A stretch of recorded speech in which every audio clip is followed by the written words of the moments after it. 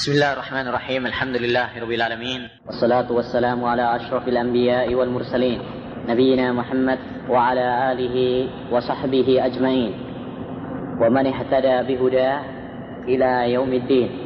Amma ba'd.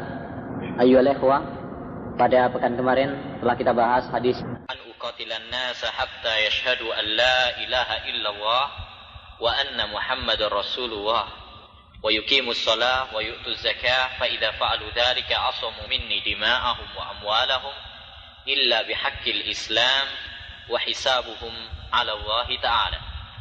Itu hadis yang ke-8 dari Ibnu Umar, di mana Nabi sallallahu alaihi wasallam mengatakan umirtu an uqatilan nas. Saya diperintahkan. Siapa yang memerintahkan? Baik, Allah Subhanahu wa taala. Tidak disebut, tapi itu sudah mafhum, diketahui. Kemarin saya sebutkan umirtu, ada faedah yang sangat penting, yaitu dalam kata umirtu menunjukkan bahwasanya Nabi Muhammad sallallahu alaihi wasallam itu adalah seorang hamba dan utusan Allah Subhanahu wa taala. Bagaimana bisa begitu? Saudara. Nah, beliau ini menunjukkan bahwasanya beliau adalah hamba dan rasul. Umirtu menunjukkan bahwasanya beliau adalah seorang hamba. Karena kalau dia seorang Tuhan, dia tidak diperintah, dia yang memerintah. Nah, begitu. Maka ini bantahan kepada orang-orang yang hulu kepada Nabi Muhammad sallallahu alaihi wasallam, ya, yang memberikan kedudukan uluhiyah kepada Nabi Muhammad sallallahu alaihi wasallam. Hal ini sebagaimana dilarang oleh Nabi dalam hadisnya, la tutruni kama atratin nasara, berlebih-lebihan kepada aku sebagaimana kaum Nasara berlebihan kepada Isa bin Maryam. Dan dalam faedah ini juga dapat kita ambil faedah bahwasanya Nabi Muhammad SAW adalah seorang rasul, karena dia tidak memerintahkan kecuali perintah dari Allah Subhanahu wa taala. An uqatil, uqatil, bukan aktul. Dan di sana ada perbedaan antara qatala sama qatala. Apa, Ron? Kalau qatala artinya memerangi, tapi kalau qatala membunuh. Tapi dalam hadis ini apa? Yang diperintahkan, yang dimaksud dalam hadis ini adalah memerangi, bukan membunuh. Memerangi bukan berarti harus membunuh. Ya. Seperti kemarin saya kasih contoh hadis tentang sutra. Ya. Apabila kalian sholat maka pakailah sutra. Kalau ada yang lewat maka perangilah, bukan bunuhlah. Ntar langsung ada yang lewat semuanya langsung dibunuh, maka ini ngawur di dalam memahami hadis. Baik, an uqatilan nas hatta yashhadu an la ilaha illallah wa anna muhammadar rasulullah, ini sudah jelas. Wa yuqimus shalah wa yu'tuz zakah, ini juga sudah jelas. Fa idza fa'alu dzalik asamu minni dima'ahum wa amwalahum illa bihaqqil islam. Ya, kalau mereka telah melakukan hal itu, terjagalah harta mereka dan darah-darah mereka kecuali dengan hak Islam. Apa yang dimaksud illa bihaqqil Islam? Mahmud. Berzina, orang sudah menikah kemudian berzina, kemudian membunuh, nafsu bin nafsi, kemudian apa? Murtad. Nah, keluar dari agama. Tapi ini hak, ini dengan hak Islam. Artinya pada asalnya seorang yang sudah bersahadat, dia dihukumi sebagai seorang yang muslim, ya, tidak boleh diganggu hartanya dan tidak boleh diganggu darahnya, kecuali kalau dia yang melanggar sendiri, yaitu ada hak Islam untuk membunuhnya, maka di sini tidak mengapa. Nah, seperti seorang yang sudah menikah kemudian berzina, seorang yang membunuh muslim lainnya dan keluar dari agama. Wa hisabuhum 'ala Allah. Di sini ada dua faedah. Wa hisabuhum 'ala Allah. Pak Banten. Nah, siapa namanya? Sulaiman. Seniman. Nah, iyalah, seniman. Nah, wa hisabuhum 'ala Allah. Di sini ada dua faedah. Atau tiga. Atau empat. Hah? Hisabnya kepada Allah Subhanahu wa taala. Baik. Ada berapa faedah di sini? Dua faedah. Jul. Yaitu menghukumi manusia atau menggauli manusia itu berdasarkan zahirnya, sedangkan urusan batin kita serahkan semuanya kepada Allah. Baik, ini faedah yang pertama. Ya, faedah yang pertama, kita bergaul dengan manusia, kita hukumi secara zahirnya. Sebagaimana Nabi SAW bergaul dengan orang-orang munafik secara zahirnya. Mereka mengikrarkan Islam, ya, mereka sholat, dihukumi oleh Nabi sebagai apa? Islam. Sekalipun hati mereka kufur kepada Allah Subhanahu wa Ta'ala, kita serahkan kepada Allah Subhanahu wa Ta'ala. Makanya kemarin saya sebutkan juga hadis tentang marahnya Nabi kepada Usama bin Zaid tatkala membunuh seorang yang sudah mengatakan la ilaha illallah. Apa kata Usama? Wahai Nabi, dia mengatakan la ilaha illallah karena apa? Ingin selamat saja dari pedang saya. Kata Nabi, saya tidak diperintahkan untuk merobek hati manusia. Nah, jadi seorang, ini faedah yang pertama, tidak boleh menghukumi hati orang. Kita menghukumi secara zahirnya. Faedah yang pertama. Faedah yang kedua, hisab di hari kiamat itu Allah Azza wa Jalla yang menentukan. Baik, menetapkan adanya hisab besok di hari kiamat. Apa dalilnya? Faman ya'mal misqala dzarratin khairan yarah wa man ya'mal misqala dzarratin syarran yarah. Jazakumullahu khairan. Barakallahu fiik. Baik, sekarang kita lanjutkan hadis yang ke-9. An Abi Hurairah radhiyallahu an Abdurrahman bin Sahr qala sami'tu Rasulullah sallallahu alaihi wasallam yaqul ma nahaitukum anhu fajtanibuh wa ma amartukum bihi fa'tu minhu mastata'tum fa innama ahlaka alladhina min qablikum kathratu masailihim wa ihtilafuhum.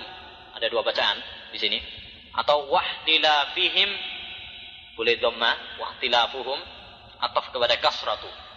Boleh juga wahtilafihim ataf kepada masail. Kasratu masailihim wahtilafihim ala anbiyaihim. Rawahul Bukhari wa Muslim. Artinya dari Abu Hurairah radhiyallahu an, yang nama beliau adalah Abdurrahman bin Sahr.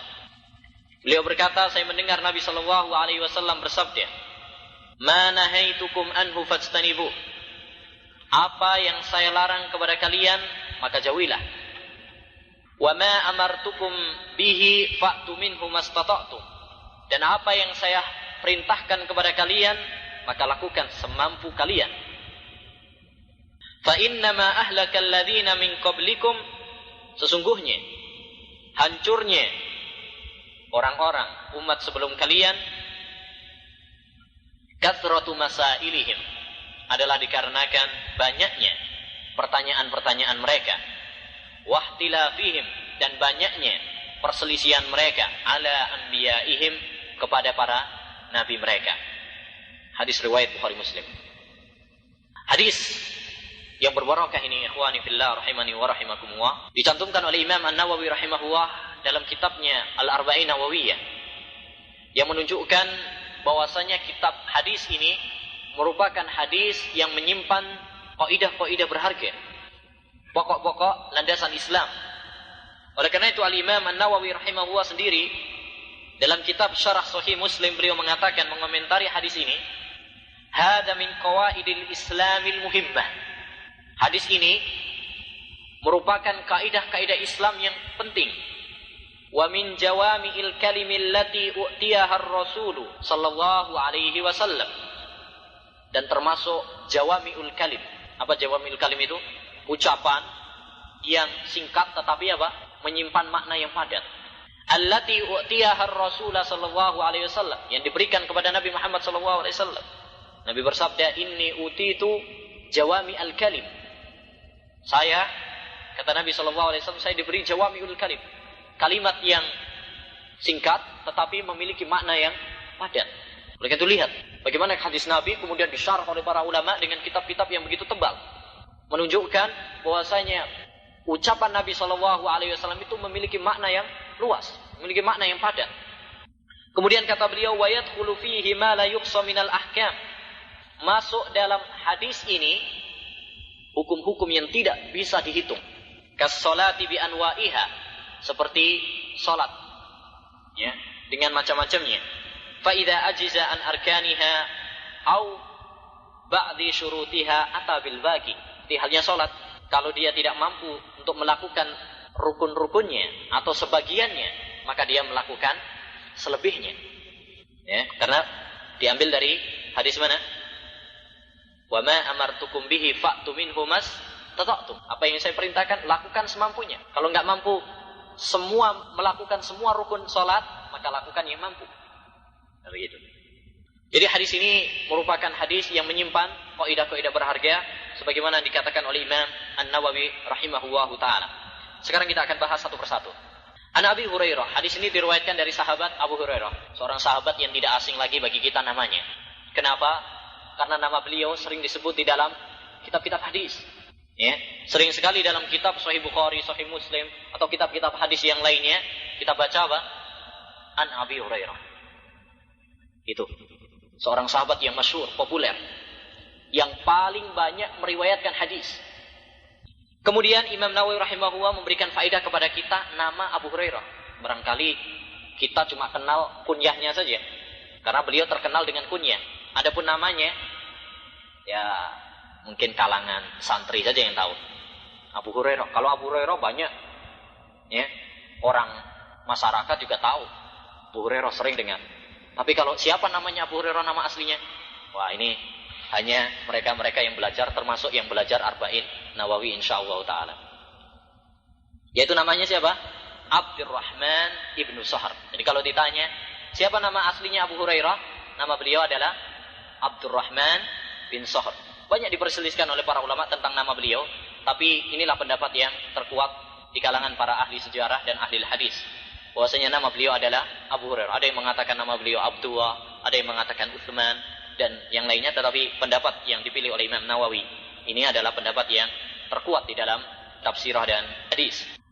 Sahabat Abu Hurairah, beliau terkenal dengan Abu Hurairah, yang secara bahasa Hurairah adalah bentuk tasghir dari kata hir, yang artinya kucing. Jadi artinya kucing kecil. Beliau bercerita, bagaimana disebutkan dalam kitab sirah biografi beliau, yang memberi kunyah beliau ini adalah bapaknya sendiri. Kenapa? Karena beliau suka memelihara kucing, ya, sehingga dipanggil oleh ayahnya, ya Aba Hir. Nah begitu. Tapi tidak ada iskal, ya, tidak ada masalah. Beliau sudah terkenal dengan Abu Hurairah radhiyallahu anhu, dan ini bukanlah suatu hal yang aib, ya, bukanlah suatu hal yang aib. Sebelum saya masuk kepada pembahasan inti hadis, perlu kita ingatkan bahwasanya nama Abu Hurairah radhiyallahu an yang begitu populer dan tersohor, tetapi di sana ada sebagian kalangan yang mencela sahabat Abu Hurairah radhiyallahu an. Mereka banyak menolak hadis-hadis Abu Hurairah radhiyallahu an. Mereka menilai bahwasanya Abu Hurairah mengada-ngada dan berdusta di dalam hadis. Masa Abu Hurairah yang datangnya Islamnya perang Khaybar belakangan mengalahi para sahabat yang bersahabat dengan Nabi SAW semenjak di Mekah sebelum hijrah, seperti Abu Bakar, Umar. Hadisnya kan tidak terlalu banyak, Utsman, Ali. Tapi Abu Hurairah, orang yang Islamnya belakangan, yaitu pada perang Khaybar, bagaimana beliau termasuk orang para sahabat yang paling banyak meriwayatkan hadis. Oleh karena itu antum lihat orang-orang Syiah, ya, Rafidah, sangat benci terhadap Abu Hurairah radhiyallahu anhu. Paling mereka benci. Di antara sekian para sahabat, yang paling mereka benci adalah Abu Hurairah. Di samping Abu Bakar As-Siddiq dan Abu Umar radhiyallahu anhu. Bahkan mereka mengkafirkan banyak para sahabat. Tapi yang paling mereka benci, termasuk di antaranya yaitu Abu Hurairah. Dan banyak para ahli bid'ah, ya, orang-orang musuh-musuh sunnah, mereka membenci Abu Hurairah radhiyallahu anhu. Antum tahu apa rahasianya? Rahasianya tidak lain karena Abu Hurairah radhiyallahu anhu banyak meriwayatkan hadis. Kalau Abu Hurairah sudah dicela, berarti entah berapa hadis yang akan termentahkan. Ya, hampir 5.000 lebih beliau meriwayatkan hadis. Kalau Abu Hurairahnya sudah dicela, perawinya yang menukilnya dicela, berarti tinggal hadis-hadis yang diriwayatkan apa? Mentah semuanya, tertolak semuanya. Inilah rahasianya kenapa para ulama kita mereka memberikan perhatian khusus terhadap Abu Hurairah radhiyallahu anhu. Banyak para ulama menulis pembelaan terhadap Abu Hurairah. Apakah karena pembelaan terhadap pribadi Abu Hurairah saja? Bukan. Tapi lebih dari itu, pembelaan terhadap hadis Nabi Muhammad SAW. Seperti kalau ada orang mencela Bukhari Muslim, jangan anggap bahwasanya itu celaan kepada pribadi Bukhari Muslim saja. Tidak. Di balik itu ada tujuan yang paling utama, yaitu mencela hadis-hadis yang dibawakan, yang termaktub dalam kitab Sahih Bukhari dan Muslim. Ya, oleh karena itu Al-Imam Al-Hakim rahimahullahu taala dalam kitabnya Al-Mustadrak menukil perkataan gurunya Imam Ibnu Uzaimah. Beliau mengatakan innama yatakallamu fi Abi Hurairah lidaf'i ahbarihi man qad a'mallahu qulubahum fala yafhamuna ma'aniyal ahbar. Orang-orang yang mencela Abu Hurairah untuk menolak riwayat-riwayat Abu Hurairah ini tidak lain kecuali orang yang telah dibutakan mata hatinya oleh Allah Subhanahu wa taala dan mereka tidak memahami makna riwayat-riwayat hadis yang diriwayatkan oleh Abu Hurairah. Ya, seperti mereka menolak hadis tentang lalat. Mereka ya, gimana lalat itu ya? Tahu hadis tentang lalat? Hadis tentang misalkan Musa yang menempeleng malaikat maut dan sebagainya. Itu banyak riwayat-riwayat yang diriwayatkan oleh Abu Hurairah. Mereka beralasan hadis ini diriwayatkan Abu Hurairah dan Abu Hurairah tidak terpercaya. Para sahabat. Abu Hurairah sahabat atau tidak? Mencela sahabat bukan suatu hal yang remeh. Nih, Imam Abu Zur'ah radhiyallahu anhu mengatakan sebagaimana dinukil oleh Al-Khatib Al-Baghdadi dalam kitabnya Al-Kifayah fi Ilmi Riwayah. Beliau mengatakan, apabila engkau mendengar seorang yang mencela sahabat, maka curigai keislamannya. Kenapa? Karena Islam ini datang kepada kita berdasarkan Al-Quran dan hadis. Dan hadis ini siapa yang membawakan kepada kita? Para sahabat kepada muridnya dan seterusnya, kan gitu. Kalau mereka telah mencela para penukil sumber agama kita, yaitu Al-Quran dan hadis, maka itu berarti mereka ingin menghancurkan sumber agama Islam, yaitu Al-Quran dan hadis itu sendiri. Dan itu sering antum lihat para ulama, ya, mereka mengatakan kalau kalian mendapati seorang yang mencela Imam Ahmad bin Hanbal, maka curigai keislamannya. Itu bukan berarti kemudian pembelaan kepada pribadi Imam Ahmad atau Ibnu Taimiyah dan sebagainya, tetapi pembelaan kepada dakwah yang mereka bawakan, yang mereka emban. Ini harus kita pahami. Ya. Dan sebagai faedah juga, saya akan memberikan sebuah cerita yang dibawakan oleh Imam Adz-Dzahabi rahimahullah dalam Syiar A'lamun Nubala. Kisah yang menarik. Semoga menjadi perhatian atau meti bagi mereka yang suka mencela atau mencerca, menolak hadis Abu Hurairah radhiyallahu anhu. Dikisahkan oleh Imam Adz-Dzahabi rahimahullah dalam kitabnya Syiar A'lamun Nubala bahwasanya pada suatu kali di kota Basrah, ya, Irak, dulu kan tempat banyak belajar gitu ya. Di Jami' Mansur, masjid, ya, ada taklim, bahas hadis biasa dahulu. Waktu itu pembahasan hadis tentang al-musarrat, ya, larangan al-musarrat. Apa musarrat? Dalam jual beli itu di sana ada istilah musarrat. Nah, Rasulullah SAW anil musarrat. Musarrat itu yaitu kalau misalkan kita punya sapi, ya, sapinya akan kita jual. Biar kelihatan gemuk, ya, susunya nggak kita perah beberapa hari. Biar kelihatan apa? Gemuk. Padahal keluarnya dikit misalkan, nggak diperah. Ini termasuk apa? Penipuan. Hadis tersebut adalah diriwayatkan oleh dari jalan Abu Hurairah radhiyallahu anhu. Ya, disampaikan hadis itu. Ada seorang pemuda mengatakan apa? Hadisnya Abu Hurairah, ya, tidak bisa diterima. Hadisnya Abu Hurairah tidak bisa diterima. Apa yang terjadi? Langsung katanya ada ular yang jatuh dari atap masjid. Wah, tahu sendiri. Ada ular pas duduk-duduk gini, ada ular di apa? Buyar semuanya. Lari semuanya, yang sana lari situ. Ya.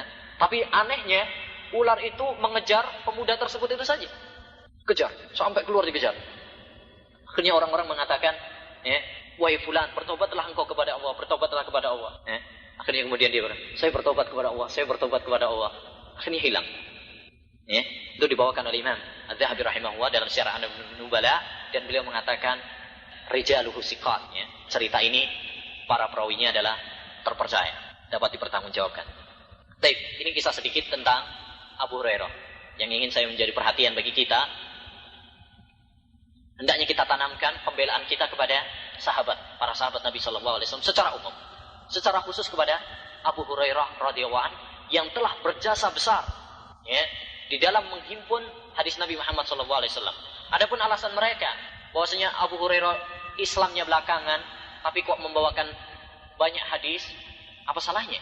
Sekarang kalau misalkan ada orang yang sudah lama belajar misalkan, tapi nyantai-nyantai saja, sering keluar misalkan. Ada seorang datangnya belakangan, cuma di sini setahun, tapi dia rajin.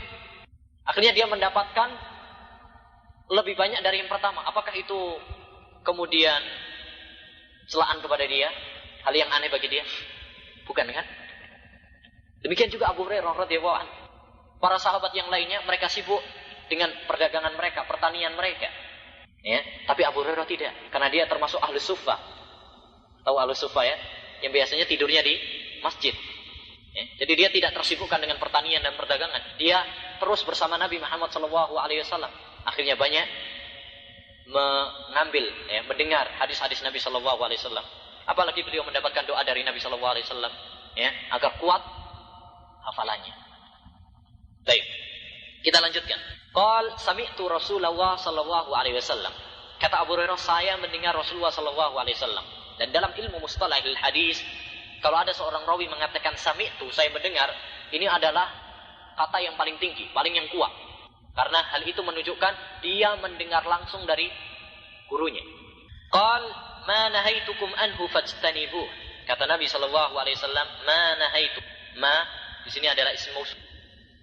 Ya, apa? Nah, di sana ada ma juga apa? Nafi yang bermakna tidak. Tapi yang dimaksud di sini adalah apa? Mausul. Apa? Apa yang saya larang kepada kalian, maka jauhilah. Dan apa yang saya perintahkan kepada kalian, maka lakukan semampu kalian. Ma nahaitukum, apa yang saya larang? An-nahyu. An-nahyu dalam bahasa Arab talabul kaf ala wajhil ilzam. Ya, tuntutan untuk meninggalkan secara wajib. Harus untuk ditinggalkan. Itu namanya larangan. Kalau tidak harus, namanya makruh. Makanya larangan terbagi menjadi berapa? 2. Ada larangan yang haram, dan itu yang al-asl, ya, asal di dalam semua larangan. Dan ada yang makruh, dilarang tapi nggak harus, boleh dilakukan. Kalau melakukan tidak mengapa, tidak berdosa. Cuma yang lebih utama adalah ditinggalkan. Ma nahaitukum anhu, apa yang saya larang kepada kalian, fajtanibuh, maka jauhilah. Ma nahaitukum, apa yang saya larang, hendaknya kita menjauhinya. Sebagaimana kata Allah Subhanahu wa taala dalam surat Al-Hasr, wa ma ataakumur rasulu fakhudhuh wa ma nahakum anhu fantahu. Apa yang dibawa oleh Rasul ambillah, dan apa yang dilarang oleh Rasulullah sallallahu alaihi wasallam maka tinggalkanlah. Kemudian ada faedah juga yang dapat kita ambil faedah dari hadis ini. Ma nahaitukum, apa yang saya cegah kepada kalian, saya larang. Berarti Nabi sallallahu alaihi wasallam melarang. Tetapi Nabi SAW melarang berdasarkan wahyu dari Allah Subhanahu wa taala. Ya, jadi boleh kita mengatakan Rasulullah melarang, Rasulullah memerintah. Yang pada hakikatnya bukan Rasulullah sebenarnya. Yaitu siapa? Karena Rasulullah tidak memerintah dan melarang kecuali dari wahyu dari Allah Subhanahu wa taala. Karena Rasulullah ini adalah menyampaikan, Rasul, utusan. Dia menyampaikan wahyu dari Allah Subhanahu wa taala. Oleh karenanya apa yang dilarang Rasul maka tinggalkan. Apa yang diperintahkan Rasul lakukan. Karena itu pada dasarnya wahyu dari Allah Subhanahu wa taala. Oleh karena itu Allah Subhanahu wa taala dalam Al-Qur'an, Allah Subhanahu wa taala menegaskan, barang siapa yang taat kepada Rasulullah sallallahu alaihi wasallam, maka sesungguhnya dia taat kepada Allah. Wa may yuti'ir rasula faqad ata Allah. Barang siapa yang taat kepada Rasul, sesungguhnya dia taat kepada Allah Subhanahu wa taala. Baik. Dan dalam hadis ini juga dapat kita ambil faedah bahwasanya Nabi Muhammad SAW itu menyampaikan wahyu dari Allah Subhanahu wa taala. Berarti ucapan Nabi dan perbuatan Nabi itu merupakan hujjah, sunnah yang diamalkan. Oleh karenanya celakalah orang-orang yang tidak menerima sunnah Nabi Muhammad SAW. Jadi ada sebagian golongan yang mereka mengingkari sunnah Nabi Muhammad SAW. Entahlah mereka disebut Qur'aniyun atau disebut ingkar sunnah lah. Qur'aniyun, golongan yang Quran saja. Jadi cukup dengan Al-Quran, tidak perlu hadis. Ada sebagian golongan yang mencukupkan dengan Al-Quran saja. Jadi nggak perlu kita hadis-hadisan, nggak perlu. Bikin pusing aja. Cukup dengan Al-Quran. Tidak syak lagi bahwasanya golongan seperti ini adalah golongan yang sesat dan menyesatkan. Bagaimana kita memahami Al-Quran kalau tidak dengan sunnah Nabi Muhammad SAW? Dalam Al-Quran hanya disebutkan wa aqimus shalah wa atuz zakat. Dirikan salat, tunaikan zakat. Walillahi 'alan nasi hajjul bait. Manusia berkewajiban untuk haji. Tapi bagaimana salatnya, bagaimana cara hajinya? Tidak disebutkan dalam Al-Quran. Di mana kita jumpai tata caranya secara terperinci? Dalam hadis. Oleh karena itu tanyakan kepada orang-orang yang mengingkari sunnah Nabi Muhammad SAW, bagaimana salatnya? Bagaimana hajinya? Ini. Al-Imam As-Suyuti rahimahullahu ta'ala, beliau menulis sebuah kitab, Miftahul Jannah fil Ihtijaj bis Sunnah. Dalam pembukaannya beliau mengatakan, ketahuilah, semoga Allah merahmati kalian, bahwasanya orang-orang yang mengingkari sunnah Nabi Muhammad SAW yang sahih, jadi mengatakan kita cukup dengan Al-Quran saja, hadis Nabi kita tidak perlu. Apa kata Imam Suyuti? Mereka adalah bukan orang Islam dengan kesepakatan ulama. Mereka bukan orang Islam. Ada sebuah kisah lucu tentang orang-orang model seperti itu, diceritakan oleh Ustadzuna Abdul Hakim bin Amir Abdad dalam kitabnya Risalah Bid'ah. Kata beliau, saya pernah bertemu dengan orang ingkar sunnah, yaitu Qur'aniyun. Apa dalil kamu untuk mengingkari atau bahwasanya hadis Nabi Muhammad SAW itu bukan hujjah? Dia menjawab, hadisnya bahwasanya kita mencukupkan Al-Quran saja, tidak perlu dengan hadis. Ada dalilnya apa? Bahwasanya tatkala beliau ditanya tentang akhlaknya Nabi Muhammad SAW, apa jawabnya? Kana khuluquhu Al-Quran. Akhlaknya Nabi itu adalah Al-Quran. Maka dijawab oleh Ustadzuna, dia mengatakan, apa yang kamu pakai dalil tadi? Dia bengong. Apa yang dia tadi sampaikan? Hadis. Kalau kamu mengingkari hadis, kenapa kamu berdalil dengan hadis? Aneh kan? Kalau dia mengingkari hadis, jadi hadis tidak perlu dibuat hujjah, kenapa dia berdalil dengan hadis riwayat Muslim? Itulah menunjukkan bahwasanya orang-orang yang menyimpang dari sunnah Nabi Muhammad SAW, mereka di atas kontradiksi. Selanjutnya, wa ma amartukum bihi fa'tu minhu mastata'tum. Fajtanibuh. Lafaz fajtanibu, jawilah, ijtanaba. Rasulullah di sini pakai kalimat fajtanibu. Bukan fatruku, tinggalkanlah. Tapi fajtanibu. Yang ini dalam bahasa Arab lebih tinggi daripada fatruku. Daripada hanya sekitar meninggalkan. Karena orang kalau menjauhi berarti meninggalkan. Kalau meninggalkan belum tentu menjauhi. Paham? Orang kalau menjauhi berarti meninggalkan. Antum jauh dari misalkan khomer yang di sana, khomernya di sana. Antum jauh. Berarti antum meninggalkan khomer. Tapi kalau meninggalkan belum tentu menjauhi. Boleh mungkin ya dia meninggalkan tetapi khomernya masih di dekatnya. Kan berarti meninggalkan. Saya enggak minum, tapi masih berada di dekatnya. Yang diperintahkan oleh Nabi ini bukan meninggalkan, tapi menjauhi. Yang ini lebih apa? Lebih tegas. Oleh karenanya lafaz Al-Quran terhadap kalimat fajtanibu ini tidak disebutkan kecuali dalam masalah-masalah yang sangat merusak. Seperti fajtanibur rijsa minal awthan. jauhilah patung-patung najis. Ya, bukan najis kita bedanya najis begitu. Najis maknawi, kotor. Karena patung-patung itu adalah kotor, merusak akidah, merusak hati. Bukan kemudian kalau kita nempel di patungnya berarti kita harus mencuci. Tidak. Sebagaimana pemahaman sebagian kaum muslimin, bukan kepada patung, bahkan kepada sesama muslim, ya, mereka apa? Kalau misalkan kena bajunya atau apa, mereka mencuci. Ya. Sebagian orang-orang takfiriyin yang suka mengkafirkan saudaranya sesama muslim, ya, mereka menajiskan saudaranya sama muslim. Maka ini adalah suatu penyimpangan di atas penyimpangan. Ya. Pertama, karena seorang muslim pada asalnya adalah tidak najis, tahir, suci. Yang kedua, kalau orang kafir saja, menurut pendapat yang rajih, bahwasanya sekalipun dia najis, tetapi bukan najis zatnya. Innamal musyrikuna najis. Sungguhnya orang-orang musyrikin itu najis. Itu bukan berarti kemudian kalau kita salaman berarti apa? Salaman, misalkan habis salaman sama orang Kristen atau orang Buddha berarti kemudian kita cuci tangan kita. Tidak ada. Itu pemahaman yang keliru. Pemahaman yang keliru. Itu kepada orang kafir. Bagaimana dengan seorang yang muslim? Kemudian juga dalam yang lainnya dari seperti dalam khamr, Allah Subhanahu wa taala menyebut kata khamr dengan fajtanibu. Innamal khamru wal maisiru wal azlam rijsum min amali syaitan fajtanibuhu la'allakum tuflihun. Sesungguhnya khamr, al maisir apa? Judi.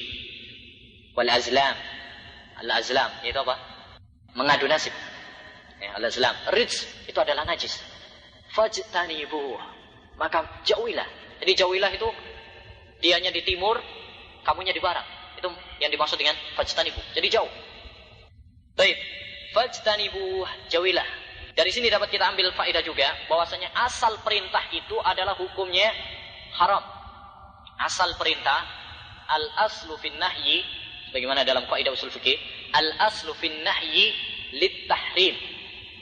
Asal larangan itu adalah menunjukkan haram. Sampai ada dalil yang memalingkannya, yang menunjukkan makruh. Kalau ada dalil baru kita mengatakan yang menunjukkan, misalkan Rasulullah pernah melarang, tapi Rasulullah juga pernah melakukan, baru kita bawa kepada larangan tersebut menunjukkan hanya makruh saja. Tapi kalau tidak, maka pada asalnya menunjukkan haram. Baik, fajtanibu, jauhilah. Jauhilah zatnya dan jauhilah pula perantara-perantara yang dapat mengantarkan kepada hal yang diharamkan tadi. Ya. Oleh karena itu termasuk kaidah dalam fikih juga, al-wasail laha ahkamul maqasid. Ya. Wasilah itu hukumnya sama sesuai tujuannya. Perantara itu sesuai hukumnya dengan tujuannya. Ya. Kalau tujuannya wajib, perantaranya pun ikut wajib. Misalkan, sholat di masjid itu hukumnya wajib. Tidak mungkin kita sholat kecuali dengan berjalan. Maka berjalannya pun ikut wajib. Kan perantara itu.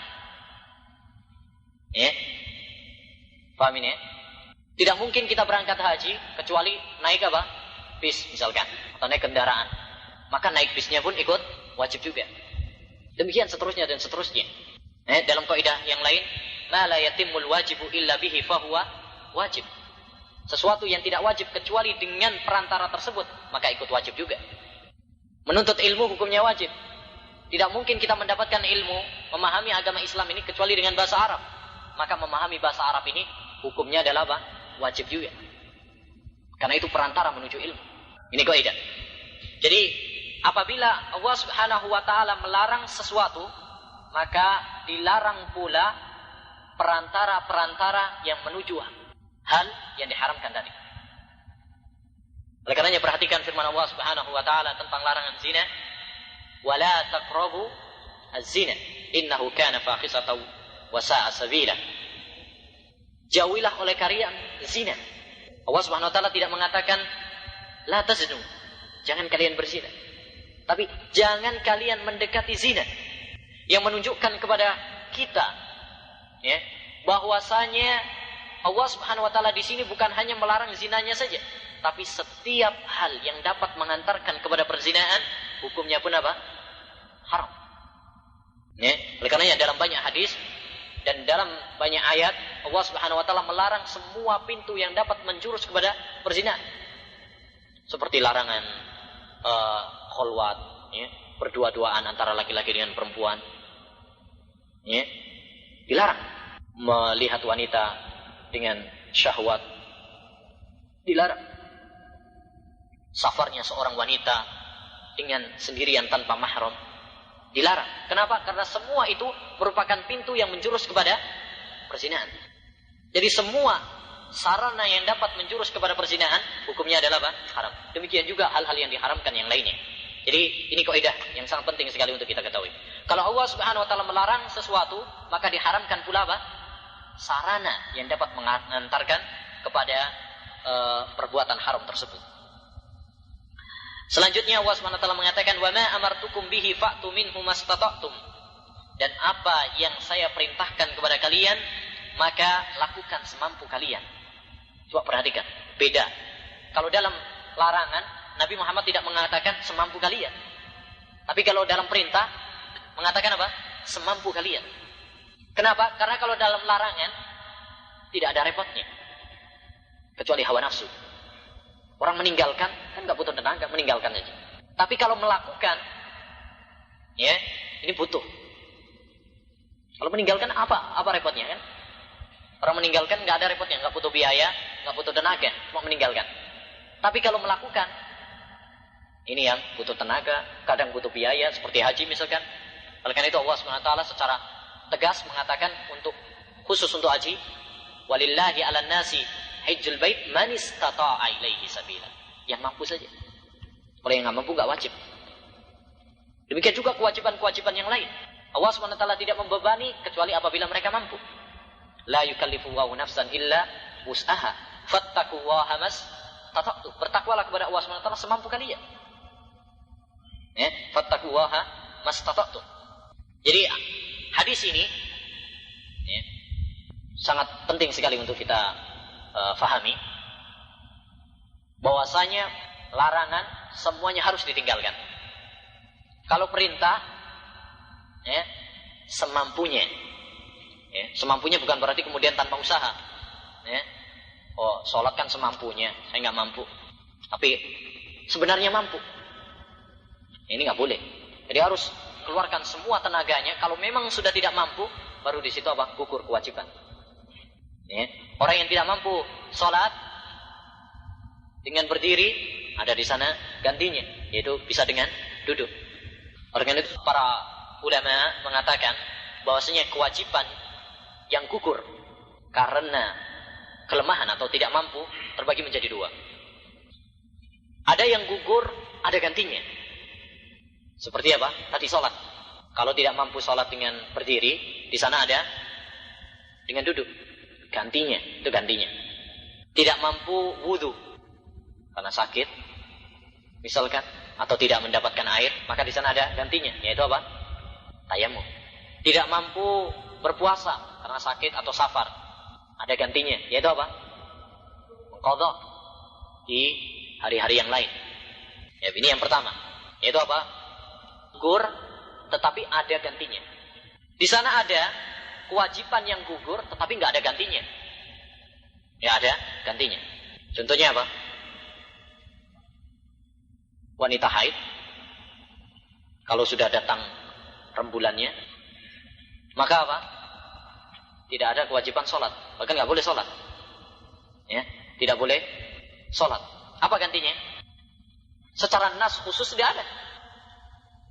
Ya, kalau kamu tidak sholat maka gantilah dengan misalkan baca Quran atau ini, nggak ada. Ya, sudah, gugur gitu saja.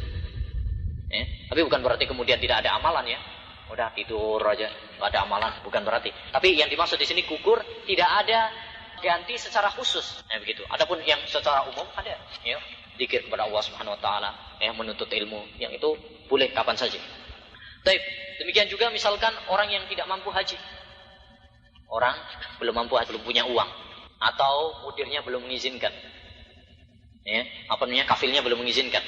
Mau berangkat tapi kafilnya nggak mengizinkan. Ya. Ini termasuk apa? Ada gantinya?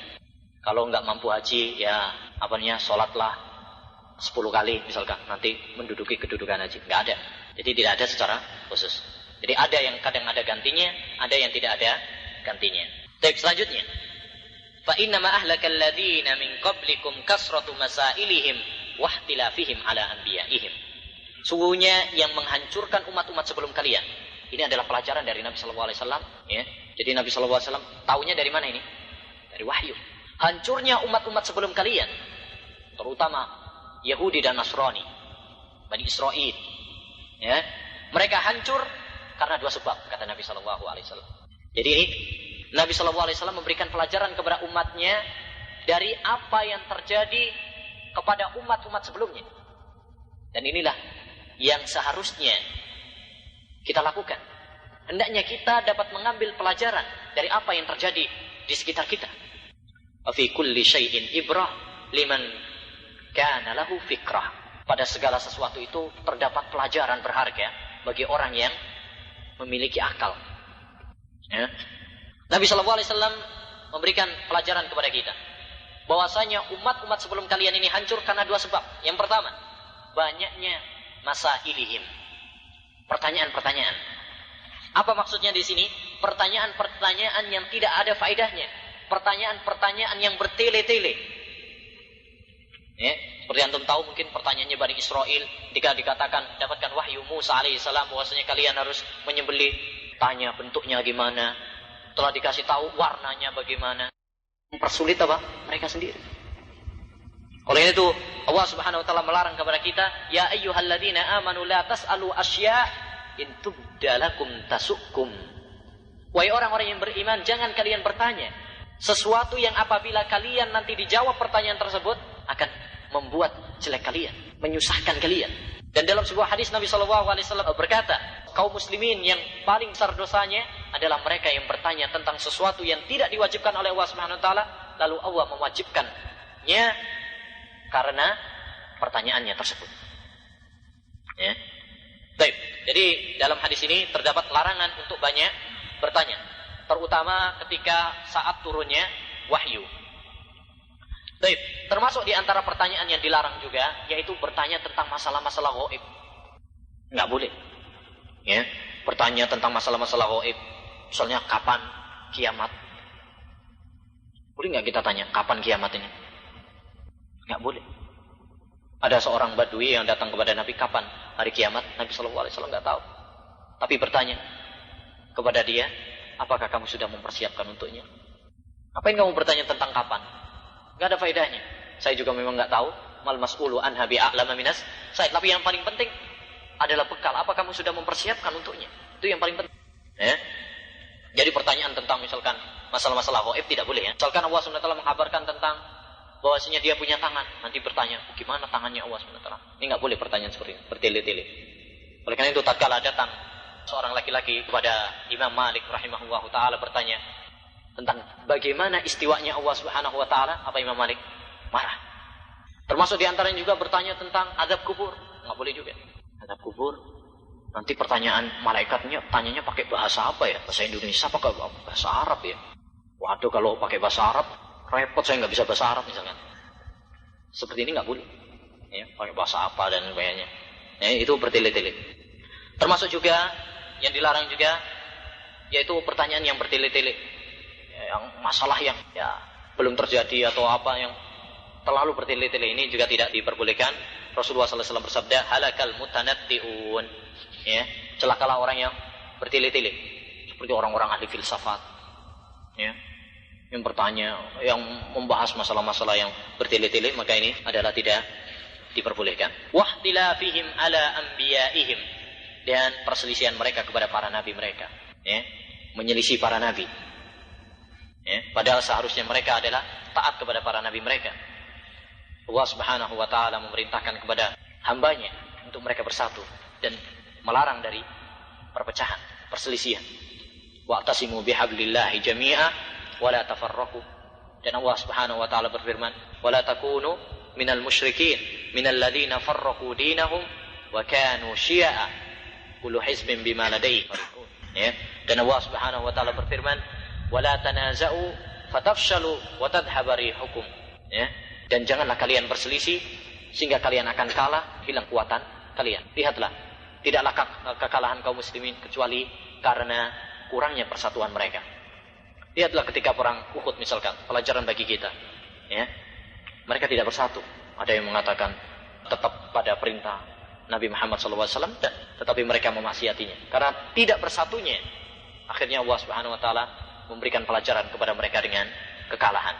Semua ini adalah ibrah, pelajaran, ya, bagi umat Islam agar mereka bersatu di atas kitabullah dan di atas sunnah Rasulullah sallallahu alaihi wasallam. Ya, kita berdoa kepada Allah Subhanahu wa taala agar menjadikan kita semuanya termasuk hamba-hambanya yang mendapatkan hidayah dan berpegang teguh dengan Al-Quran dan sunnah Nabi Muhammad sallallahu alaihi wasallam. Dan kita juga berdoa kepada Allah Subhanahu wa taala agar mengumpulkan kita semuanya di surganya. Subhanakallahumma wa bihamdika asyhadu an la ilaha